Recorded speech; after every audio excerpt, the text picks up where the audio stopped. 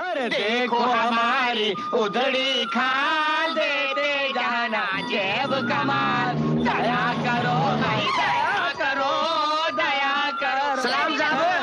सलाम सलाम सलाम। ये जरा हमको सलाम नहीं किया? अरे हम दोनों ने एक साथ भीख मांगना शुरू किया और इस धंधे में तरक्की करके आज 10 टैक्सियों के मालिक बन गए। हम दोनों पार्टनर हैं। हम दोनों की पार्टनरशिप तोड़ के तुम हमको अलग करने की कोशिश करता हो। बड़ी सलाम साहब, बड़ी सलाम साहब। सलाम सलाम। अरे अब बोल, कल टैक्सी का भाड़ा क्यों नहीं पहुंचा? ऐसा है ना, कल मेरी तबीयत खराब थी इसलिए मैंने टैक्सी नहीं निकाली। मैं सारा दिन घर पर ही था। पकड़ तेरी जात का पैदा मारूं, झूठ बोलेगा तो डंडा दबा दूंगा। हम 10-10 टैक्सियों का धंधा करते हैं साले। हमारी टैक्सियां कौन सी गली में, कौन से मोहल्ले में, कौन से नुक्कड़ पे, कौन से इलाके में घूमती है ये हमको नहीं मालूम। हराम के बिल्ले। अरे अभी बताते हैं। सुबह 7:30 बजे तूने एक सरदार जी को दादर स्टेशन पर छोड़ा। 8:30 बजे फ्लोरा फाउंटेन पर एक गुजराती फैमिली को छोड़ा। 9 बजे तूने एयरपोर्ट से वर्सोवा एक फैमिली को छोड़ा।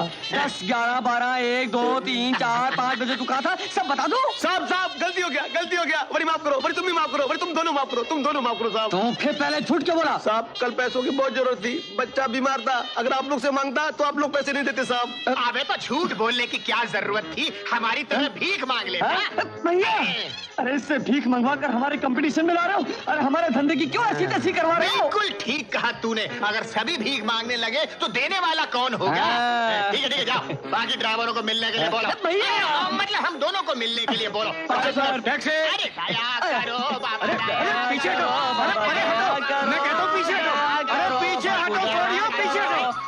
कोढ़ी किसको बोलता है? अरे पिछले जन्म में हमने कोढ़ियों को दान नहीं दिया, इसलिए इस जन्म में भगवान ने हमको कोढ़ का वरदान दिया। सोच ले, कोढ़ी हो जाएगा कोढ़ी। ऐसा मत बोलो। मैं देता हूँ पैसा।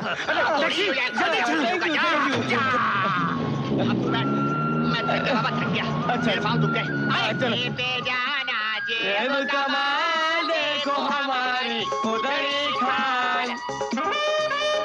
अरे भैया वो देखो डीलक्स कार जा रही है, धक्का मारो धक्का। तुमसे दया मांगते हैं, अरे लाडलों की दुआ मांगते हैं। नमस्कार।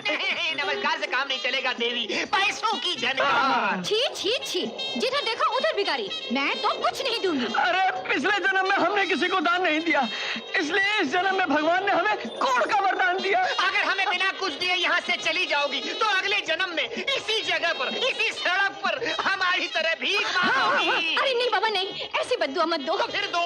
हाँ 1 मिनट। अरे जल्दी दो। ये लो। तो अब जाओ, तुम्हें खूबसूरत हंसमुख मनचला पति मिलेगा। जाओ। कहाँ है मेरा पति? 10 साल से रात दिन पति की तलाश में घेर घेर चक्कर लगा रही हूँ। कौन बनेगा मेरा पति? पहले ये बहुत ही खूबसूरत नौजवान था। अरे विनोद खन्ना लगता था, शराब ने इसको देवकुमार बना दिया। अरे मेरे खूबसूरत पति, मेरे सपनों के राजा, कहाँ थे तुम मेरे स्वामी? ये आदमी तुम्हारे मतलब का है। मेरे तो पाँव भी नहीं है, ये देखो ये पकड़ो। अरे मेरे मनमोहन, मेरे मनमोहन, मेरे प्यारे, कहाँ जा रहे हो? अरे मुझे छोड़कर मत जाओ। तो भाग गया। अब तुम्हें मुझसे शादी कर लो, गले लगा लो। भैया अरे मुझे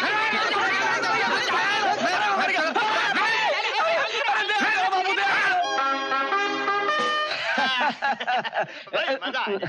दुनिया के दौरे पे निकले थे, आज अपने घर आ गए। भाई जेल में आकर ऐसा लगता है कि जैसे बच्चा अपनी माँ की गोद में।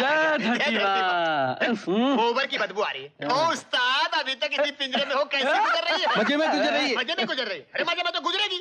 अरे अभी तक तुम जिंदा मरा नहीं? अभी तक तुम इस सड़े हुए खटारा जेल में, तुम्हारा ट्रांसफर नहीं हुआ? नहीं, किसको बोलना? अरे हमको बोलना था। क्या बात कर रहा है? लास्ट टाइम हम आए, हमको बोला क्यों नहीं? बात क्या है, अपना एक लंगोटिया यार मंत्री बन गया। उसको बोल के तुम्हारा ट्रांसफर करा देते यार। अगर तुम्हारा दोस्त मंत्री है तो तुम दोनों जेल में क्यों आए? बोल। अरे क्या है? अरे जेल के अफसरों के कान हो चाहे नहीं हो, मगर दीवारों के, छतों के, जमीन के तो कान हैं। ये राज की बात है। हम मुजरिम नहीं है, हम लोग तो जासूस हैं। हम सरकारी दौरे पे निकले हैं, ये देखने के लिए कि कैदियों के साथ कैसा बर्ताव होता है। हाँ, तुम जैसे गरीब पुलिस वालों की जिंदगी कैसे गुजर रही है? मंत्री महोदय ने हमको जेल झाकू जासूसी डिपार्टमेंट का इंचार्ज बनाया है। सच? अरे झूठ बोलूं तो तुम्हारा मुंह काला। अच्छा एक काम करो, ये रख लो। ये क्या है? अरे भाई, इस बार मेरा किसी अच्छी जेल में ट्रांसफर करवा देना, आपकी बड़ी मेहरबानी होगी। नहीं नहीं, मैं ड्यूटी पर रिश्वत नहीं लेता। अरे ये रिश्वत थोड़ी है, ये तो आप दोनों के चाय पाने के लिए है। भैया ले लो ना। रख दो, फौरन ट्रांसफर करवा दूंगा। हाँ। किसी अच्छी जेल में ट्रांसफर करवाना। अरे हिंदुस्तान की जेल पसंद नहीं हो तो काला पानी भिजवा दूंगा। काला पानी? तंदुरुस्ती बन जाएगी हवलदार। वैसे ही मैं बहुत कमजोर हो गया हूँ। लग रहा है, लग रहा है, लग रहा है। अरे हीरा मोती, तुम लोग यहाँ कैसे? किस्मत के निराले खेल में हीरा मोती पहुंचे जेल में।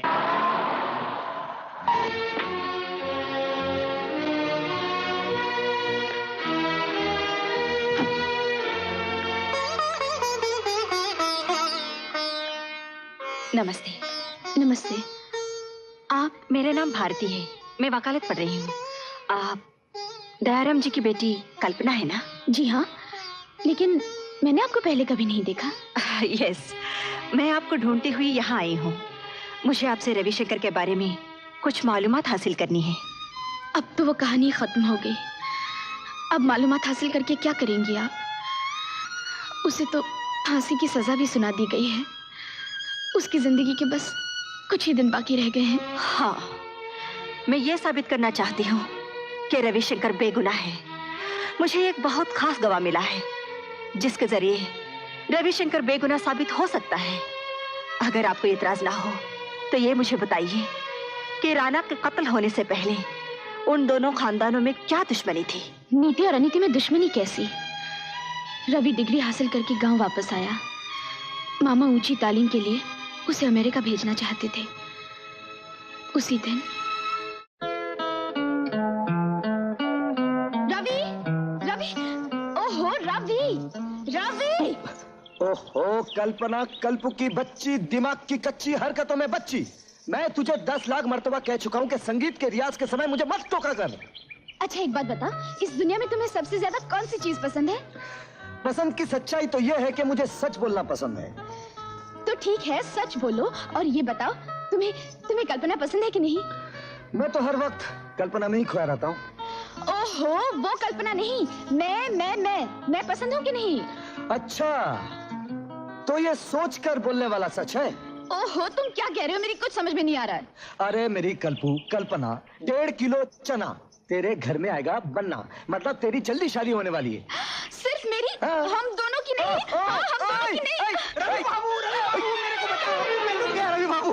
क्या हुआ? मैं बर्बाद हो गया, मेरा सत्यानाश हो गया। मेरी एक लोमड़ी से टक्कर हो गई। टक्कर?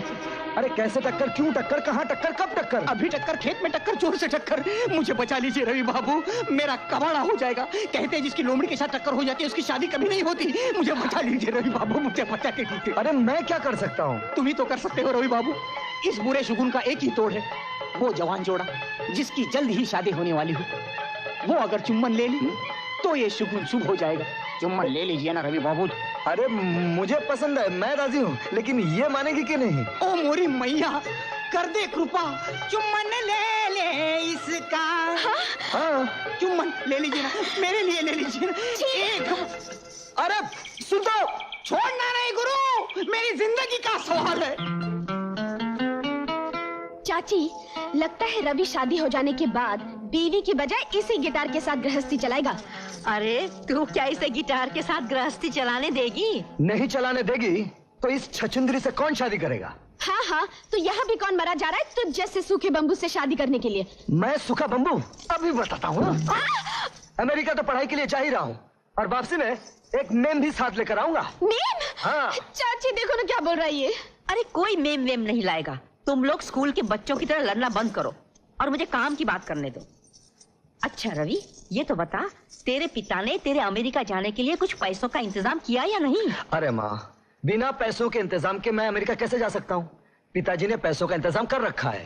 पैसों का इंतजाम तो ठीक है, लेकिन घर आते समय उन्हें कोई गरीब या जरूरतमंद मिल गया तो तेरे अमेरिका जाने के पैसे कहीं उसके हाथ में न रख दे।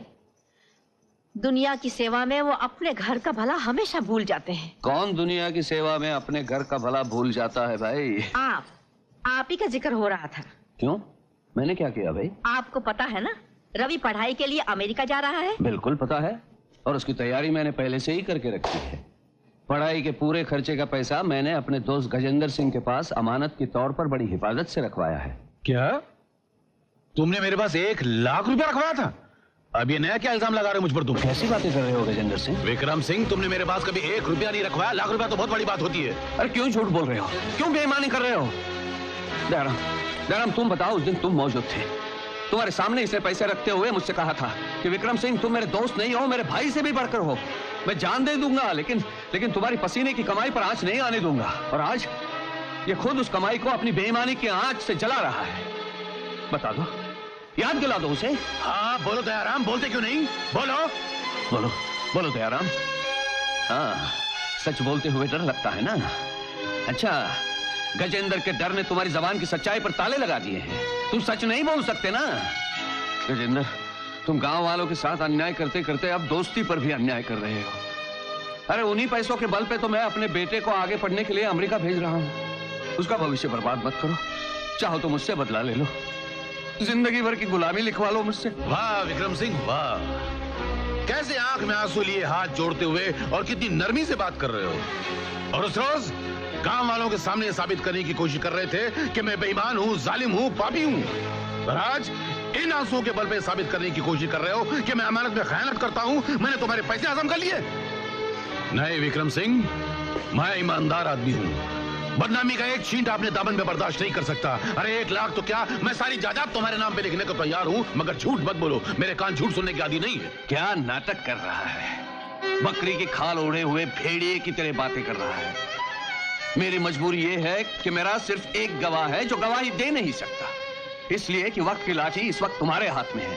लेकिन याद रखो, सबसे जो बड़ी लाठी है वो ऊपर वाले के हाथ में है, और जिस दिन उसकी लाठी चलेगी ना, उस दिन तू सूखे घास के तिनकों की तरह बिखर जाएगा। अरे दुनिया से नहीं तो कम से कम उससे तो डर। मुझे धमका रहा है तू? अरे तू चाहे तो मैं भगवान के सामने कसम खा सकता हूँ। पत्थर, आरती ला।